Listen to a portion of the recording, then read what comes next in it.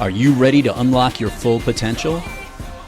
Motivational speaker, coach, God lover, and goal crusher Joe Rivera brings you inspiring leaders, incredible stories, and valuable lessons on how you can change, grow, and reforge your life. Now, here's your host, Joe Rivera. Hey, what's up? What's going on, everybody? Welcome to the Reforge Your Life show. I'm your host, Joe Rivera, and here at the Reforge Your Life show, we love to show you that the comeback is more than possible. And today, I'm super hyped about the guest I'm bringing to the show. Y'all are going to love her energy. Her story is incredible. Dr. Maury Digovaya. She's a lead strategist. Welcome to the show. Thank you. Thank you so much for having me. Great to be here. Yeah, I'm blessed to have you here and share the platform with you, girl. I'm grateful for this moment. Absolutely. So I've heard your story, and it's an amazing story, but there's no way that I have I'm qualified to tell it the way you can. So I love for you to share with the audience your strength and hope, your story. So what's up to the Reforge community? I am Dr. Maury, as Joe said. So my story is one of resilience, right? I know what it's like to grow up with a single mom. I know what it's like to have my father absent. I know what it's like to forge through that moment, finding who you are and being committed to being whole and complete, even though a part of your story is missing. And I would say growing up, my mother was amazing, right? Like an amazing woman, came from Trinidad at the age of 18, built herself up, became an educator, inspired my path also as an educator. And there was a part of me, though, that was always looking at who she was. So I was blinded to what was missing. And I would say, honestly, Joe, not until about my 40s that I really come to understand, Maury, you never really acknowledged that part of you that's missing, and that part of being connected to my father. By this point, I'm a mother of a son. I'm in a relationship with my children's dad. And that disconnection awakened me to what was possible and what I needed. And the number one thing that showed up immediately within the breakdown was my own physical body. So I'm 100 pounds heavier than you see me now. I get prescribed like 7 different types of medication to control for the breakdown that was happening. But that missing link of understanding you get to be whole and complete, right? So my mom's passed on by this time as well. And a lot of conversation in rooms that are healing spaces, forgiveness, seeing what's possible, and bringing forth my father within the acknowledgement. Yeah. And I love starting with this story, right? It's one of my many stories, because when we normalize, I'm gonna say when I normalized that absence, it took away an important distinction that, there are 2 parents. And while one parent was super supportive, super helpful, super present, one was not. And the story that I was beginning to tell as normal meant poor health, things that were missing in me physically. And I love how, and I'm a big believer in the Most High God. I love how God helps you see it, right? So when it got into my body, I couldn't ignore it. And forgiveness not only went out to who my father was not as present in my world, forgiveness began with me. I had to forgive myself for the stories I told, because let me tell you, Joe, I made it all up, right? The truth was, him not being present was not the end all be all. It's the meaning that I made behind it. You're not loved. You're going to always show out and show over, right? So I'm a total overachiever at this time, right? An A+ is never good enough, right? I got a bachelor's degree in 3 years. I got a doctorate. I'm always going to show them and show out. But no matter how much I show up and show out, somehow a head still hits the glass ceiling. Somehow I'm still overweight. Somehow I'm on all this medication, right? And I'm doing, but it's not being done in my favor. It's a fight. It's a battle. So forgiving myself for the stories that I made up that were not true, right? The meaning making that I learned in that season of life was you get to really forgive yourself first. And within that space, I learned to forgive my dad. I learned to honor my mom in a different way. Who I became as the mother of a son became much more compassionate, right? Because I was definitely someone who had an idea of how men should show up, right? Men should be A, B, C, and D. And if you're not doing that, then you're not being man enough. And my son at times was a little kid. He's gonna cry when he falls down. He's gonna be emotional, right? And I was always like pushing more for the toughening up than being with him if he's in pain. I learned that men have feelings, right? And if they are absent, it doesn't mean that they're devoid of emotion. And that was really important for me at that time, because especially because of my son, right? And the turnaround that came within that space was, yes, men get to be held accountable, but they also get to be loved on. That's one story. That's one story that constructs a big part of who I am. I would say another story is around professionalism and what work looks like. I'm an educator. I had the pleasure of being a teacher. I was a teacher because my mother said, get a real job. She was a teacher. She was a teacher, and she was like, girl, get a real job. In undergrad, I studied filmmaking. I love telling stories and so forth. And when I came out, my mother was like, okay, so what you doing with this film degree, right? Time to get a real job, right? But I went into teaching and I loved it. I absolutely loved it. And I have the story of the person who went from being a teacher to being a principal. I was a part of a program that gave me that opportunity. And in becoming a principal, I was a principal of 2 schools. I closed one, I opened another, and learning how to operate in leadership around failure, and then how failure gets constructed or can get reconstructed into success, not only on behalf of children. People often think schools are about kids, and it is about making sure the kids are well. But what my big offering is around how well are the adults, right? And being someone in that season of life who was in the creation of her resilience story, because the first school I was put to close it, right? I got my job Labor Day weekend. I got the job Friday. I began Tuesday. And the teachers at the time, they didn't know that the school, no, they knew that they were told on the last day of school that the school was closing, but they didn't know who the principal was going to be. And in walks this 28-year-old, right? Who is bright-eyed, bushy-tailed, believes in kids, has always been in schools where people love children, and they're looking at me like, what are you going to do, right? And I tell you, that was a wild season. I think for maybe about 5-6 months, I would either cross the Brooklyn Bridge or the Manhattan Bridge, or maybe I took the Brooklyn Battery Tunnel in tears, right?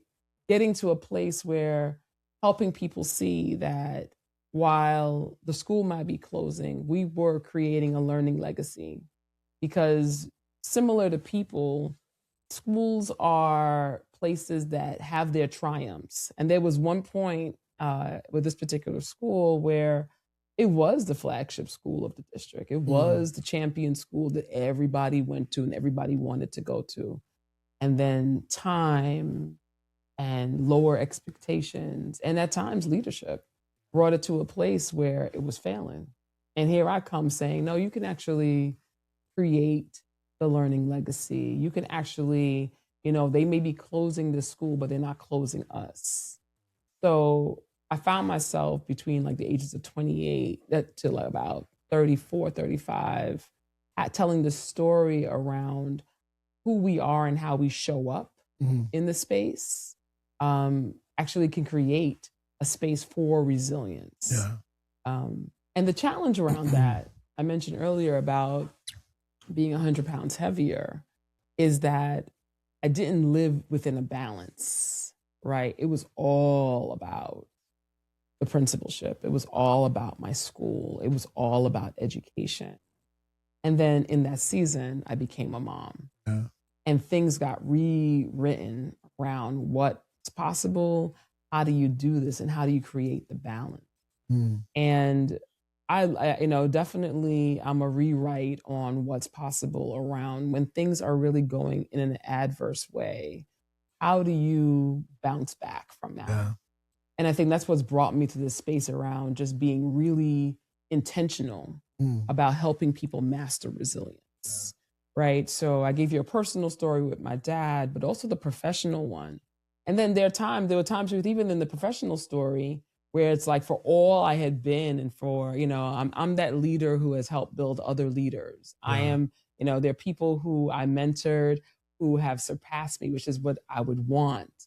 But there were also times where despite what I had done and what I'd created, my head hit the glass ceiling. Yeah. And it was like, not you, boo. Yeah. That's right. Sometimes those wake-up calls are important. Right. So like all you've done, I've got the awards, the leaders acknowledged and said, you're great. Yeah. Until one day it's like, actually, no, we're going to go in a different direction. Yeah. Or actually, no, my head, that's a glass ceiling. Is that what that looks like?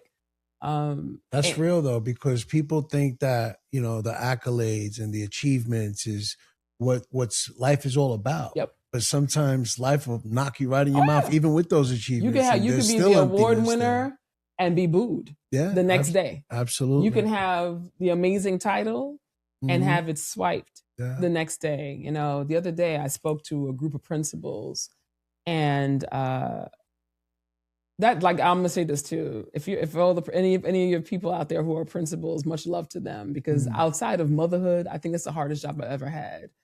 And I spoke to the principals and I said, my offer to you is to be bigger than your title. Yeah. Like to play a big game in your life, right? Like the title is an amazing title. It's an amazing position, but who are you being in your life? It's like, just like I was walking around as a principal completely blind about the significance of the father story in my world. I was aware of it. I knew it. Of course, I lived it. But it wasn't something that was weighing on me, right? But when I got awakened to it, I was like, girl, there's a whole part of you that's being ignored. I want to dive into that for a minute, because I think it's important for the audience to pick up on, because there's a lot of people who could struggle with something like that. What was that turning point? Because you went all these years without a father, and then all of a sudden it hit you like, damn, there was a void there this whole time in my life. And I didn't see the void, but there were things going on in my life that were there because of the void. So I want the audience to pick up on the what occurred in your life, that being that you didn't have your father present, that you realized. And then what was that turning point where it was like, holy shit, this is exactly where it came from? So at this season, I was 41. Yeah. I remember when it happened. I was 41. I was a superintendent of schools, mother, right? I was working on my doctorate. So if you looked at me on paper, you're like, she got it together. She got it together. Yeah. And talking to a friend of mine, she offered me a transformation opportunity. And she was like, you want to check it out? And I was like, all right, no, I'll go. I'll go. And I go, and this conversation about parents came up. I was like, got this. Yeah. No big deal, no big deal. So I was like, so first thought was, I had a great mom, right? And she was amazing. And she had passed on at this point, as I said earlier. And the request was, if your parents are alive, reach out to them and tell them who they are to you. And if your parents are not alive, write a letter. So I was like, I've never done that. I've never wrote a letter to my mom since she passed on. And the voice, and I'm going to say it was the voice of God, said, but you also had a father. Like, you had a father. Oh, I was like, and I dismissed it. I was like, yeah, but he was challenged. Not my. I have nothing to say to him. Right.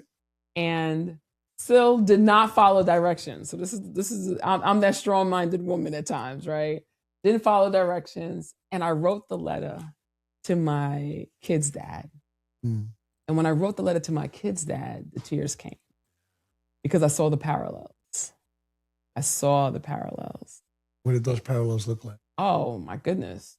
The availability or lack thereof, the length of time that was able to spend with someone, but not really be connected to that person. The knowing, but not, it was the knowing and not connected. Like, I know you, but we're not connected, right? And when I had that realization, I followed the assignment and I really wrote the letter to my dad. And that's when forgiveness became a real conversation and a real possibility. Because I saw how it had played out. And I talked a little bit about my son earlier, where it was like, you know, he's a hugger. I'm like, why did God give me all these hugging? Like, both my kids are big huggers. Right. I'm not a hugger like that. Right? And like, he's a hugger. And I'm just, the boy's always hugging. Come on. And he's like, come on. And, you know, he'll laugh watching this. He's 16 now. You know, but it was God's way of letting me know, like, you know, men love Maury. Men love. Right? And the achievements, and that's why I told those principals the other day, play a big game. Like, really get into your life and play a big game. Because it breaks my heart. Because like, one thing I do hear a lot from principals is that they'll say, you know, this job cost me my marriage. This job cost me, you know, my relationship with my kids. Could you imagine? Like, you're helping other people's children, but your own children are compromised. And I remember that being a prayer too. Like, I remember, so when I was having my son, I remember at that time I left the principalship. Out of the understanding that I wasn't going to compete with the principalship with my child, right? And then, as much as another awakening, I think around that season 2 was, as much as if you had asked me, like, what are my priorities? I would have told you, oh, God is first, take care of myself, I take care of my kids, I take care of my family. Work is like, you know, 5th or 6th on the list. But that wasn't true. Work was like number 1. Right? Because it was in work that I was finding my truth. It was in work that I was, you know, I thought was playing a big game. Right? But when those glass ceilings came, or when it was chosen outside of me, it was like, well, is that what you were really about? Or is it something, a bigger game you can play? And what about the bigger game of healing legacy? What about the bigger game of forgiving ancestors? What about the bigger game of being connected and present to those hugs and available for those hugs? What about the bigger game of being in a relationship with someone who you really are connected with? Right? And that's what I do now. Right? So when it's been 5 years since the 5 gifts of rejection, since I wrote the 5 gifts of rejection. And when I wrote it on New Year's Day, and it was out of a commitment of gratitude and grace that when you are rejected, whether it is on a personal note or on a professional note, or even within yourself, because sometimes we reject our own selves, protection is at play, right? Rejection is protection. Rejection is a gift. And I learned in that season around, like, you know what, if it's not working for you in the here and now, what could work? Because if it was for you, you would get it. You wouldn't be denied it. It wouldn't be lost, right? And even like, back to my dad for a moment, you know, Proverbs 27 reads, when my mother and father forsake me, the Lord will take me up. And that happened, right? There was that absence, but I didn't lack for anything. What did you really miss? Right? And now that you're aware of the impact, what's possible? Stronger relationship with my child. Right. Being in a relationship where you do experience the man who's a stand for you. The possibility of when you see a man in breakdown, you can hug him and let him know that it's okay.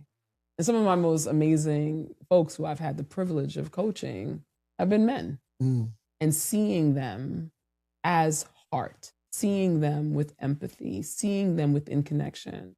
And that was the other big piece too, for those of your guests, your audience who may have challenge with parents. We get the parents that we need, not always the ones that we want. And to know that they too have a story. There's a reason why they may have shown up the way they showed up. There's a reason why they did what they did. Yeah. And do you have the space to forgive them and yourself? Because you may have wanted what you wanted, but there's another possibility from what you received. Yeah. And being open to that possibility is important, right? Because you were open to that possibility. Absolutely. You were open to look into what that looked like because God placed something on your heart. And by being open to it, you opened up avenues in your life that you didn't even know were there. Exactly. Right? And you know, what I'm also hearing is the impact that it had on your son. And because you gave your son the opportunity to be affectionate at that point, to know that it was okay. Yep. Right. Instead of, because a lot of kids growing up are forced to put on a mask of I'm fine, hold feelings in, right? Yeah, because they love their parents so much, they'll go along with it. Right. They'll go along with it. And yeah, I was aware of that. Yeah. Right. And both my kids, it's hysterical with the hugging thing, right? Grew up in a West Indian household. My mother was very loving. I would say my family was extremely loving. Yeah. But we weren't huggers. Right. And even like, you know, I think like if you kiss somebody, you kiss them, you don't kiss them with your lipstick because you don't want to leave lips on people's faces, you know, like, but it was not out of, I don't like you or I don't care about you. It was just the way we do. Right. And God said, here are 2 children. We're like, bring it in. Yeah. And I'm just like, all right, you know. And they make fun of me about it, but it's a joke now, right? And I have words to explain why I show up that way to them. Right. So yeah, because and you know what, without doing that type of work, right? So maybe your audience needs to write that letter, right? Yeah, that's good work right there. Yeah, write that letter. Right? To whoever, like whoever you believe has, you know, has quote unquote done you an injustice. Yeah. Or maybe they betrayed you in a way, or maybe they weren't present the way you thought they should be present. There's an unmet expectation of some sort. Write the letter. Yeah. Write it. I love this because it's also shows the power of forgiveness. Oh, and how forgiveness I'm is big not on that. It's not about the person that you're forgiving. I mean, yeah, they get something from it too, but it's really about forgiveness. Is for ourselves. I forgive myself. Yeah. I forgive myself. It clears our soul. Absolutely. And it's so much better than a confrontation. It's so much better than explaining yourself. Yeah. Yep. Like I forgive myself. Because like here's the thing, right? We make stuff up based on how we see the world and how we listen to the world. Yeah. So if someone does something and you're like, I feel disrespected by that person. And it's like, actually, what was disrespecting about it? And it's like, well, they did this, they did that. Okay, what does that mean to you? And then the question is, but why does that mean that? Where did you learn that was disrespectful? What if it was a gift of protection? What if it was a gift of keeping you safe? What if it was now is not the time for you and that person? What if you holding on to that person was actually keeping you back from a higher possibility, right? So when we choose these interpretations at times that are a lower vibration, if you will, or they don't tell the story of who you get to be, right? It's like, I'm my title. Right. Okay, you've achieved this title. Congratulations. Who are you beyond that title? Right? Who are you for this world? Right? And if this job were to cease to exist, would you cease to exist? Oh, true. Right? People really get to be with themselves around what their possibilities are. Right? You know, I have one of my good friends. We always talk about, I don't like this portal. Like we're walking down and whatever story's happening in our lives, this portal sucks. I want to change this portal. I want to tell a different story. And yeah, I'm going to forgive myself and the reason why you get to forgive yourself also is that that's what you knew. Yeah. That may have been banal for you. That may have been shown to you as the way. That was you doing the best you could in that season. You should have known better. Okay, maybe I knew better, but I didn't know what do better looks like. Right? Maybe it didn't feel good, but it was what I knew. Right. So I'm going to forgive myself for that limitation and where I was. And now that I'm awakened to a new possibility, now that I'm awakened to something that I didn't see or experience before, right? Like I literally at one point, because it came up when I was coaching men early on in my coaching days, and there were blind spots that I had. And I began looking at like, well, Maury, who are the men that you admire? Right? And like one of my favorite heroes from childhood was Malcolm X. But what was it about Malcolm X? I loved how Malcolm X, I loved his story of transition, right? That was my favorite book. As I read the autobiography of Malcolm X when I was like 13, 14 years old with Alex Haley that he wrote. And I loved his story of transition. I loved his story of Detroit Red to becoming Malcolm X. I loved him becoming Malcolm X, going from Malcolm Little to Malcolm X. Yeah. I loved how he loved his wife. I loved how he loved his children. I loved how he loved his people. I loved how he was brilliant and educated himself while he was incarcerated so he can come out and speak the truth that he spoke. Good. So do you see that in other people, Maury? Can you connect with that in other people? And yeah, I can.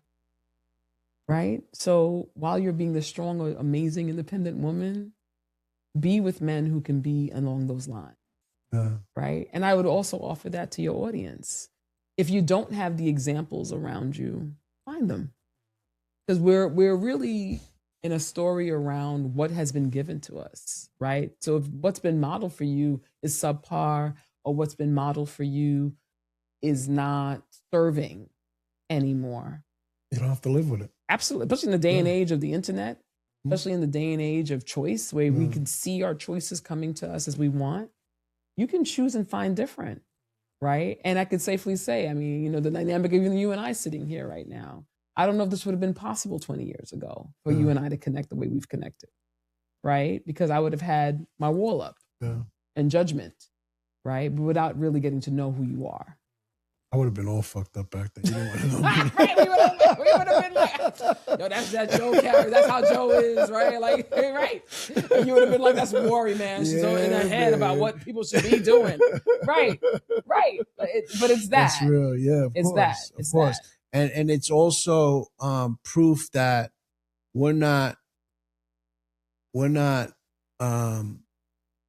bottled down to just one story. No. We have the opportunity to change our story, because the story that we tell ourselves is the story that we create for our life. Yeah. Right? And we're the authors of that story. We are able to change it the way we want to change it. My mother used to say, Joe, you will die several deaths, but make sure you are alive every time you reincarnate. Right? That's real. And I get that now. Yeah. Right. I have a tattoo of a butterfly on my forearm in her honor, because that was her favorite. That was her spirit animal. And in the idea, who I am today is not the woman I was 10 years ago, not the woman I was 10 years before that, not the woman I was 10 years before that. There have been several deaths while I have been able to be alive. Right.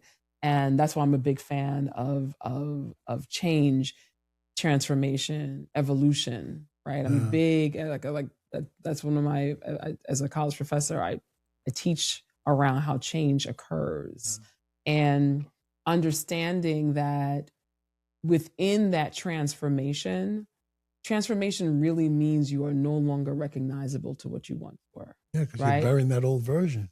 100%. And right, it's the caterpillar, you know, in this cocoon. And what people don't always realize is that in the cocoon, the caterpillar breaks down. Yeah. Like it turns into this sticky, mess. Like it's if you were to open up a cocoon, you'd be like, where'd the caterpillar go? Yeah.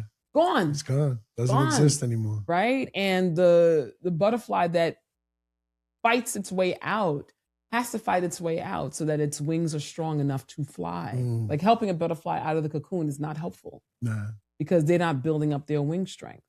So what if it was possible for you to enter an arena and a conversation with what you know to be true about you, who you are, and to really break that down, right? And this is for the people, like if life is going the way you want it to go, keep going. But if you know that something missing, there's a part that's not quite coming together, right? The pieces of the puzzle seem to be a little fragmented. May your audience know that the answer actually is within, right? So it's in the breaking down and then the building back up into who you want to be is what's most critical and most key. Yeah, that's reforging right there. It is. In a nutshell. That's exactly what it is. 100%. And so I'm curious though, when you hit those glass ceilings, right? Because this happened before you had this moment of your father and this that transformation. I've hit the glass ceiling many times, Joe. Yeah. So let's talk about what was the hardest glass ceiling that you hit to get through.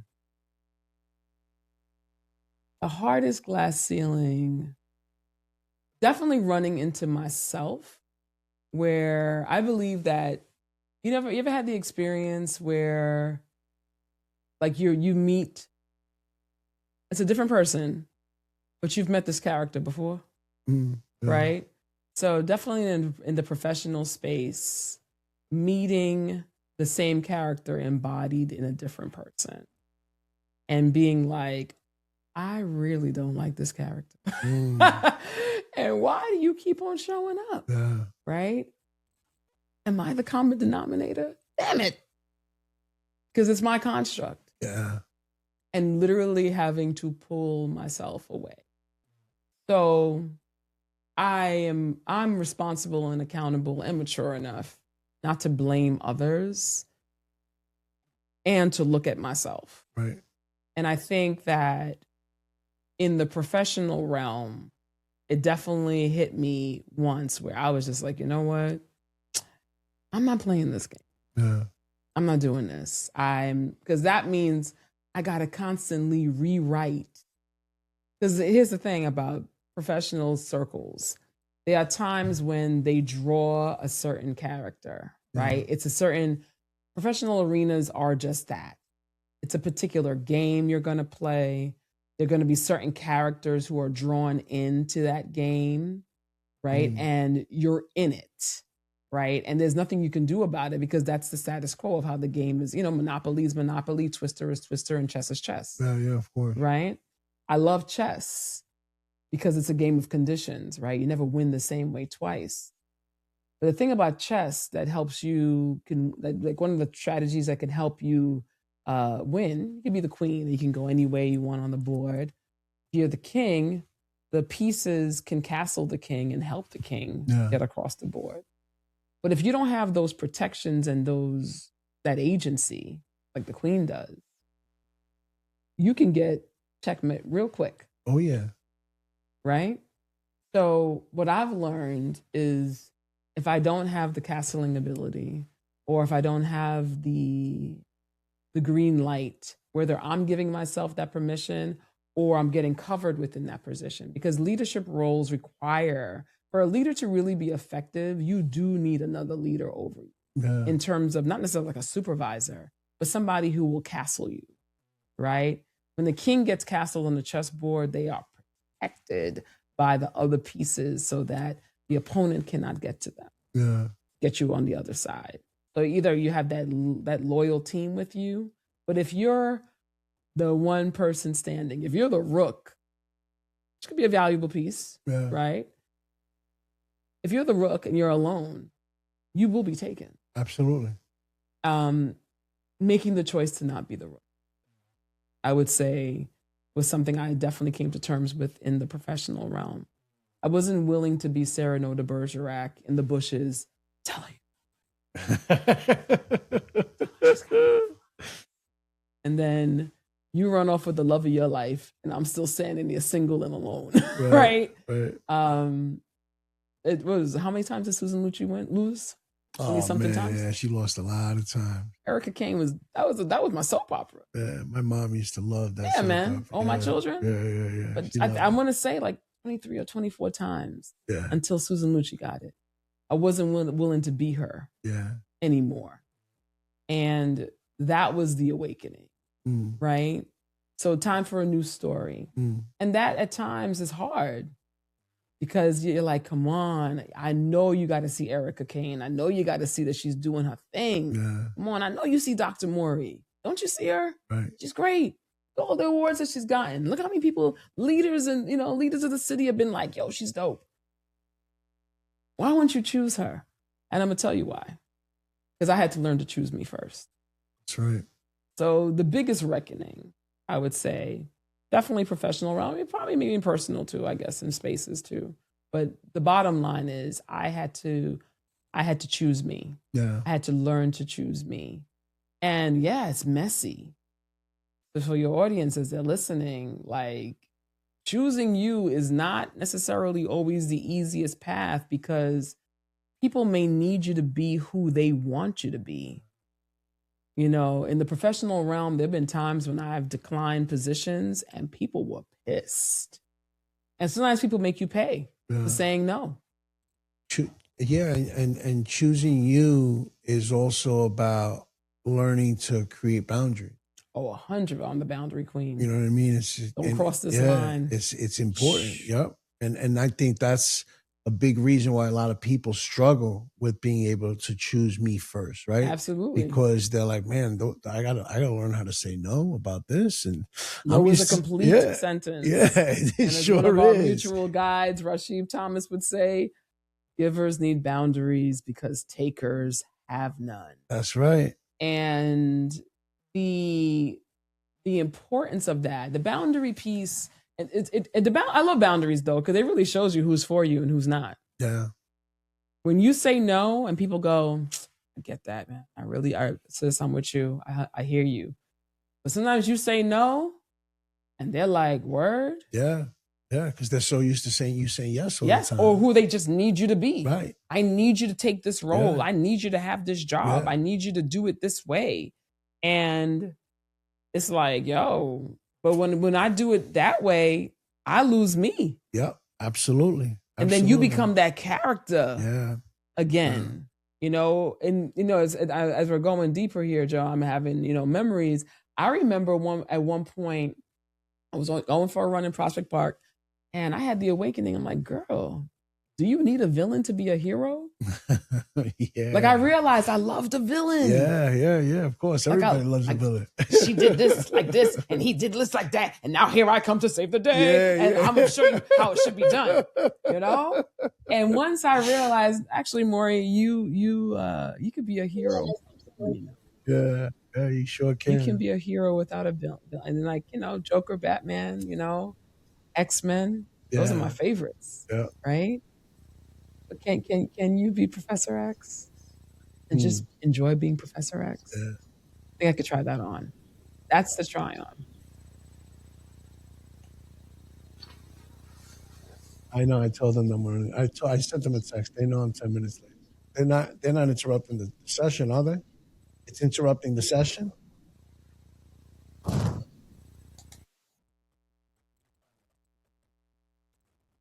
I already texted her before we jumped on. It was running over. All right. Okay. Yeah. Okay. So Maury, I'm curious because you also mentioned a lot of limiting beliefs that you had to crack through.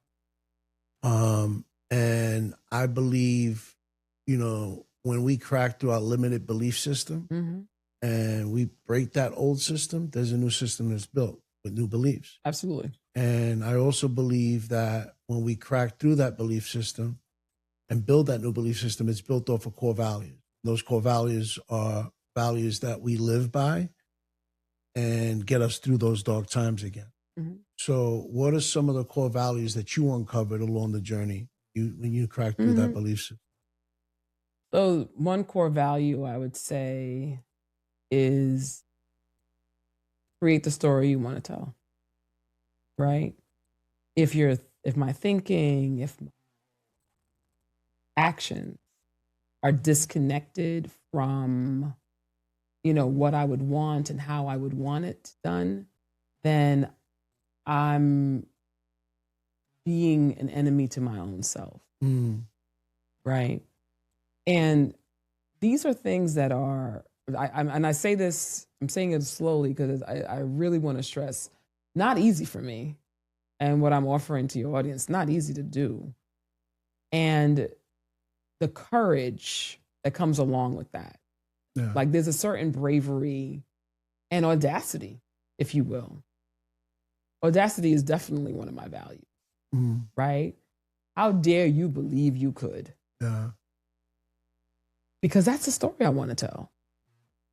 I want to tell the story of victory. I want to tell the story that I could sleep at night. I want to tell the story that it moved me forward, not held me back, right? But telling that story means boundaries, as we talked about earlier. It means letting go. And sometimes letting go of people, right? Sometimes it's family. Sometimes it's the friend who knew you when, right? We always hear successful people say how they had to change the people around them. What I didn't know that I know now is like, I'm surprised by who it was. Yeah. Like, you mean Brutus was like really like et tu Brutus? Like Brutus was close to Caesar. Right. How'd I miss that? Right? That's real. Stranger danger ain't the thing. It's the ones you know. Yeah, that's real. And sometimes the ones you know. I always say that, it's amazing how when you're starting to step into that next level of your life and the people you do have to leave behind, or the people that you realize that are dream stompers, or people that actually love you or care for you, people that you care about. And they're sometimes being dream stompers unintentionally a lot of the time because they think they're protecting you. They think they're protecting you. They think they're helping you. But they're not, Yeah. right? And it's about being aware of that and having that awareness to say, you know what? I could still love them, but I got to love them from a distance. But that's a part of the story crafting, right? Yeah. Because sometimes you'll meet the dream stoppers, and they'll be like, and you said, you're right. I agree. They're not saying it to be mean, nasty people. Yeah. They're saying it because they want you safe. Yeah. They're saying it because they want you abundant. They're saying it because they want you to have a job. Yeah. Right? They want you to have an income. Absolutely. Right? Yeah. And it's not their vision. 100%. The vision hasn't been given to them, so they can't see it. They're not supposed to. They're not intended to see it. And and this is why the forgiveness is so key. If you're clear that they really do love you, they just don't know this possibility. Yeah. You will create a story where you can still love them and get your dream. It doesn't mean be with them the way you were at one point, but it does mean connecting into who you are so much that you can allow them to be who they get to be. Yes. Right? And not lose you. Amen. Right? Because that's a hard thing for people at times where, they really think that they are doing something for your betterment. Yeah. And it's like, actually, no, that's not how I see it. That's not how I want it. Right. And let me say this, will you love me if you see me fail and not tell me I told you so? Right. But maybe try it another way. Maybe go a different path. But know that you can still try it and go for it. Yeah. And we see it all the time. How many people, we see it all the time. People are so successful, and prior to this success, they weren't doing what we see them doing now. No. But they took the risk and they did it. But I always think about successful people. I'm like, there's somebody who told them something that was going to be a dream stopping moment. And they may have done it out of love, but now they're seeing them on the big stage. Now they're seeing them out there. And it's like, oh, now you understand what possibility looks like. Yeah. I think to piggyback off that, I don't know how it's possible for somebody to get that ultra success and be a high performer like that without somebody telling them that they weren't going to do it. 100%. There's always somebody along that 'Cause who line can see that's gonna that? tell- yeah, always somebody's going to tell you that. You can't see that. Right. Like the visions that we have of people who name anybody who you think is successful, whether they're personal to you or, you know, out there in the world, you wouldn't have been able to see that. No, of course not. But that vision wasn't given to you. Right. Right. The whole Reforge movement, you know, I get it. I understand where you're coming from. I love the book. Thank you. But that's your vision. Yeah, and of you're living course. and you're standing in your vision. Yeah. And may people know that. Close your eyes for a moment, take a deep breath. What's your vision? Mm. And stand in your vision. And yeah, find others who get it. Because Yeah. the ones who don't get it can really fault things, even in the well-meaning. That's why family is always like this whole movement of people going no contact with people. And my heart breaks around that because I'm sure there's a story and there's a reason and a why and all that good stuff. And then there's what if you understood that there was love to where that person understood love? Yeah. Right? Their version of love and your version of love may not be the same, but it was their version. Right. So do you have the compassion to just let them love as they need to and go about your business? That's right. Right? Somebody can love you on the side, but not necessarily be always in your space. Yeah. Right? Because I don't know where disconnection is a story that I would want to tell, or no contact is a story where I would want to tell. Right? And yes, there have been times when people got to be let go, but I still love them and I still celebrate them. Yeah, of course. You know, and the misalignment to me just says not right now. Yeah. You know, I could think, you know, recently I reconnected with somebody who I've known for years. And when I knew her back, you know, 20 years ago, not so much. Yeah. Like we knew each other, like, hey, what's up? How you doing? Good to see you. You know, now it's like sisterhood. Yeah. 20 years ago wasn't the time. Right. 20 years later is. The time and place for everything. For you sure. know what I mean? Sure, for sure. I'd love for you to tell the audience where they can find you now and what you have going on now. So Push to Thrive is my new book. It's out on Amazon.com. Yes, it sure so Push to is. Thrive, 30 transformative tips. So for anybody who's looking to master resilience, master perseverance, understand who they are within their purpose, and using the PUSH framework of perseverance, understanding your uncommon uniqueness, self-belief, and having heart and hustle. That's what PUSH stands for. That's the framework that the book is based on. And basically working through some transformative tips. I have questions in the book to help people reflect on how that framework actually activates within their life. Gotten a lot of positive feedback on it. There's some reviews on Amazon. So for your audience members who are looking to really get into connection with themselves around resilience, please do check that out. And I'm on Instagram at the Degovia Group. So that's the @ TheDegovia group on Instagram. And I'm on LinkedIn at Dr. Maury Degovia. Awesome. All that's going to be in the show notes. Y'all check it out. Go get the book. It's an awesome book. It's a great read, man. A couple of questions that I ask all my guests. Yeah. The first is, when you hear the word purpose, what does that mean to you? Purpose is your call to action. It is, so, you know, to be that Christian woman for a moment, we are intentionally knitted in our mother's womb. Yeah. So within that intention, when you're in purpose, it's the authentic, real reason why you made a comeback into this earth. That's right. You got Right? that right. Amen. And you are on it. Yeah. Right? That's what it's why you were built up. Mm. And surround yourself with the right folks. Yes. So that your purpose doesn't get, you know, robbed from you and you experience some crazy destiny swap.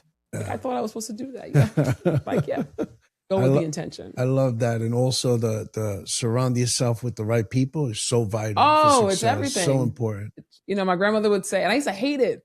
My grandmother would say, you know, show me a company and I'll tell you who you are. Yeah. I'd be like, I'm my own person. I'm my own person. Let me tell you that's got to be a Caribbean thing. It because is. in PR they say, dime con quién te andas y te digo quién eres. It's the same thing. Yes, Tell me who. same thing. Same thing. Same thing. Yeah. So, you know, yo entiendo, right? So it's like, it's the same thing. Yeah. And but it's so true, It's vital, right? man. It's Jerome would vital, say yeah. you're the average of the 5 people you spend the most time with. So if Yes. you're on 5 broke people, you will be the sixth. It sure is. If you're around five Yes. people who are in loving, compassionate relationships, you will be the sixth. Yeah. So, Very, very true. and that's why sometimes they gotta go, Joe. Yes, Right? you gotta let them go You sometimes. gotta let them go because they might be actually.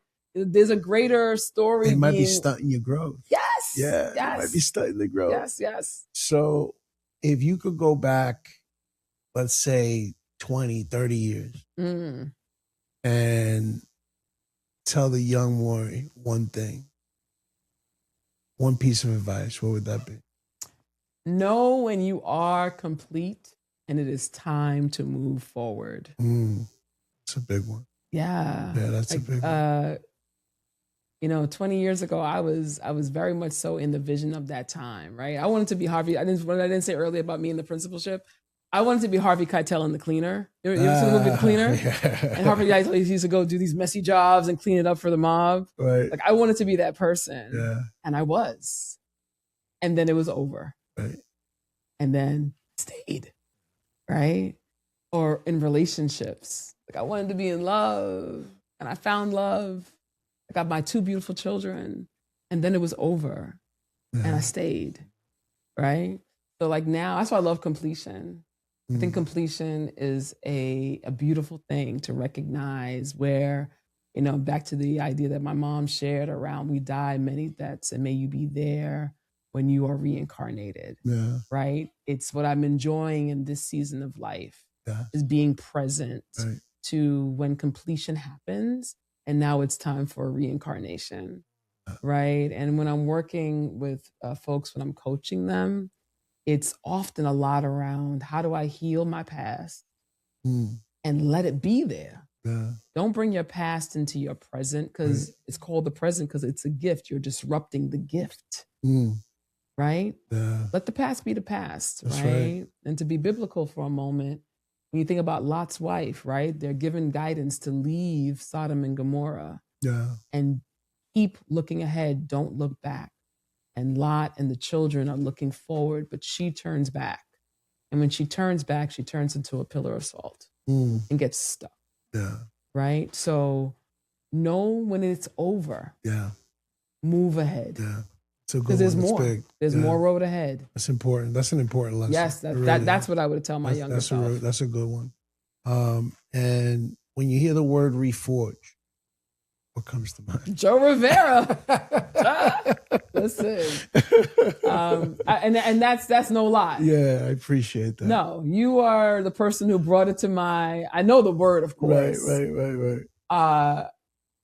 But you are the person who brought it to mind. Your story of, yes, there were addictions, but there's also an appointment and an anointing on you, Joe, around what it looks like to break down, right, and then be built back up, right? And the importance of when you are in a reforge, it is a recognition that it's not outside of you, it's actually within you, right? So metals are melted down and then they're built back up into the new construct, right? We're not taking something from somewhere else and putting it together. No, it's within, it's an embodied entity. So when I think about reforging, I think about what it looks like to break down what was and also treasure it, right? That's right. The value is not lost in the breakdown. The value is just reorganized, repurposed. It is rebuilt. Like you actually need those foundational pieces, right, to actually create the reincarnated view within the reforge opportunity. That's right. Like you can't just say, I'm getting rid of this stuff. No. It's actually, the past is sort of like the ancestors, right? It has your back. But you don't have to keep on going back into it. Absolutely. It doesn't have to define you. Not at all. Not at all. Not at all. Not at all. 100%. So, yeah, that's what I think about when I think about reforge. Appreciate that. That's a good one. And then what's one thing that the audience doesn't know about you that you enjoy doing for fun? I'm super nerdy. I like creating frameworks to free people. You like to create frameworks? Frameworks that free people. Yeah, I'm a liberator. I'm a disrupting liberator. Okay. Right? So I'm the person who will say something to you that you'll be like, yo, why would she say that to me? Yeah. Because I love you. And I want you to see who you are, right? I'm looking, like you're looking at me, I'm looking at you. Yeah. And as a lot of the things that we talked about in this conversation have a lot to do with being introspective. Yeah. Right? So whether that's journaling or looking in the mirror, that kind of stuff. But then we are given others. And, we look at each other and we see each other. So one thing that I love to do is let people know that I see them. Right? So I usually say, it comes across like, can I offer you something? Yeah. Right? And what I'm about to say, I'm gonna say it with love. Right. As much as I can say it. And sometimes it's a brutal truth. Yeah. Right? People need to hear that truth. Yeah. And sometimes they can hear it, and sometimes they won't, and sometimes they don't. Right. Right? And then I become the villain at times. But at this point, willing to be the villain if you get to be liberated. That's right. That's good. That's I am. real. That's I am. Real. Yeah, I'm willing. Real. I'm willing to be disliked. Yeah. If you get to be freed. And I think that it's important also to bring up the fact that you're able to see people like that. Yeah. Because you were able to see yourself like that. 100%. You were able to peel back the onion and take stock of who you were. Yeah. A couple of weeks ago, I was with a friend. She didn't look like herself. I said, how you doing? And she said, I'm doing good. I said, girl, don't lie to me. I said, don't lie to me. Right. Don't lie. And she just busted out laughing. And she goes, I don't want to talk about it, Maury. I said, I respect that. Yeah. But you are more than you're showing up as right now. Know that. And I bet you there'll be a moment where she does recognize it. 100%. She's like, man, Maury. She called me. Oh, there it is. You see? She called me a couple weeks back. She called me.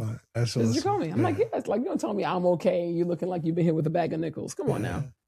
Like, come on. Like, see people. And sometimes it's not minding my business.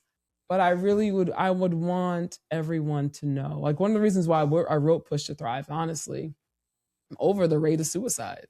Like, why are people choosing to unalive themselves when there's so much more of a greater plan than for you to take yourself out?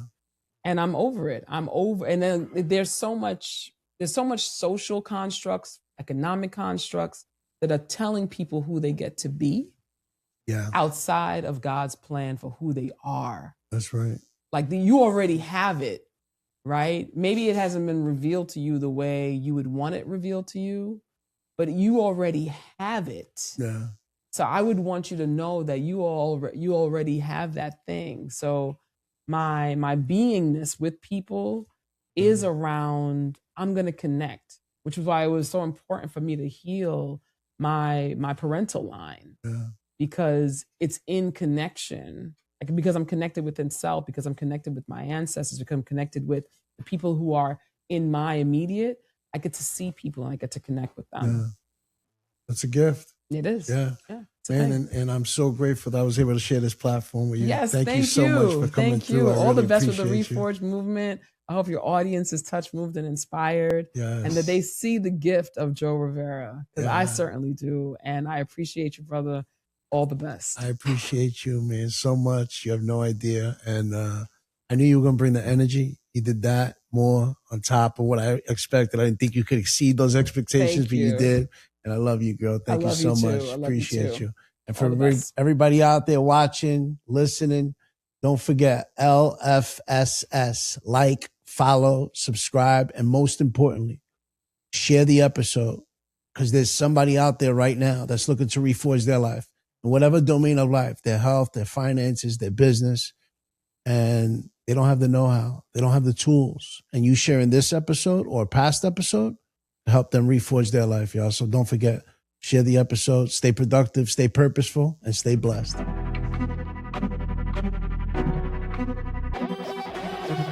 You've been listening to Reforge Your Life with your host, Joe Rivera. Make sure to subscribe wherever you get your podcasts. To learn more about Joe Rivera and how he can help you or your organization reforge your life and regain your place at the top, head on over to withjoerivera.com and follow Joe on all social platforms. The Reforge Your Life podcast was produced by Thrive Loud Productions. Thanks for listening.